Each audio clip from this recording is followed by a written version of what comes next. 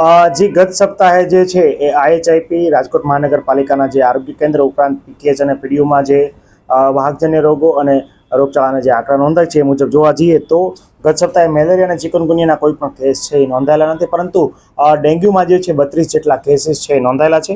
આ ઉપરાંત શરદી ઉધરસ અને તાવના જે છે વાત કરીએ તો 1800 જેટલા કેસીસ છે નોંધાયેલા છે। ઝાડા ઉલટીના જે છે એ 230 જેટલા કેસીસ છે નોંધાયેલા છે, જ્યારે ટાઇફોઇડના 4 અને જોન્ડિસના જે છે એ 2 કેસ નોંધાયેલા છે, જ્યારે કોલેરાનો એક પણ કેસ છે ગત સપ્તાહે નોંધાયેલો નથી। જે ખાસ કરીને વાત કરીએ ચોમાસા પછીના દિવસોમાં ડેન્ગ્યુના કેસીસમાં રાજકોટમાં ખાતે ઉછાળો જે નોંધાતો હોય છે। ખાસ કરીને અત્યારે પણ વરસાદી ઋતુનો માહોલ છે એ જામેલો છે। ખાસ કરીને જે એડિસ ઇજિપ્તી મચ્છર જે છે પોતાના ઈંડા છે એ ભેજવાળી સરફેસ છે ત્યાં સપોર્ટ મળે તે રીતે મૂકતા હોય છે, અને એમાંથી 14 થી 21 દિવસની અંદર જે છે એડલ્ટ મોસ્કીટો જે છે એ બનવાની શક્યતા છે રહેલી હોય છે। આ ઉપરાંત કોઈ એડિસ ઇજિપ્તી નામનું જે મચ્છર જે છે એમાં જોવા જઈએ તો વાયરસનું ટ્રાન્સમિશન છે એ પોતાના ઈંડા મારફતે પણ થતું જોવા મળે છે, અને એના જ કારણે કોઈ તમને જો એડલ્ટ મચ્છર કરડે અને એની અંદર ડેન્ગ્યુનો વાયરસ હોય તો એની પછીની જે પેઢી છે એમાં પણ ડેન્ગ્યુનો વાયરસ આવવાની શક્યતા છે, ને એ રીતેનો ફેલાવો છે વ્યાપક રીતે થતો જોવા મળે છે। હાલ જે છે ખાસ કરીને પોરા અને એન્ટી લાર્વિસિડલ ઉપરાંત જે એન્ટી એડલ્ટ કામગીરી છે એ અમારી રાજકોટ મહાનગરપાલિકાની મેલેરિયા શાખા દ્વારા કરવામાં આવે છે। હાલ એક્ટિવ અને પેસિવ સર્વેલન્સની કામગીરી છે એ ચાલુ છે।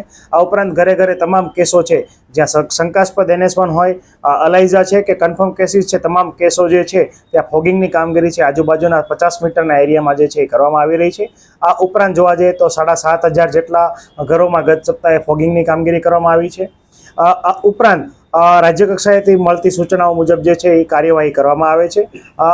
દંડની કાર્યવાહી પણ જે છે એ દંડ અને આસામીઓને નોટિસ આપવાની કાર્યવાહી પણ છે એ રાજકોટ મહાનગરપાલિકાની મેલેરિયા શાખા દ્વારા કરવામાં આવે છે। ગત સપ્તાહે 69,000 જેટલી માતબર રકમનો જે દંડ જે છે એ પણ વસૂલ કરવામાં આવ્યો હતો, અને આગામી દિવસોમાં આ દંડની કાર્યવાહી હજી સ્ટ્રીક કરવાની છે એ જોગવાઈ કરવામાં આવેલ છે। આ ઉપરાંત જોવા જઈએ તો જેટલી કન્સ્ટ્રક્શન સાઇટો જે છે એને સીલ કરવાની કાર્યવાહી પણ જો ત્યાં પોરા અથવા એડલ્ટ મોસ્કીટો મળશે તો ત્યાં પણ આગામી દિવસોમાં આ કાર્યવાહી છે કરવામાં આવશે।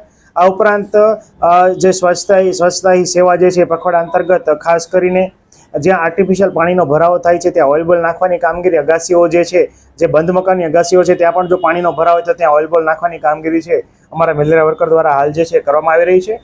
ખાસ કરીને મોટા પાણીના જે ચોખ્ખા પાણીના ભરાવ સ્થાનો છે તેમાં પણ ઓઇલ જે છે એની સરફેસ એટલે કે MLO ઉપરાંત BLOની કામગીરી જે છે એ પણ છંટકાવની કામગીરી છે અમારી મેલેરિયાની ટીમ દ્વારા કરવામાં આવી રહી છે।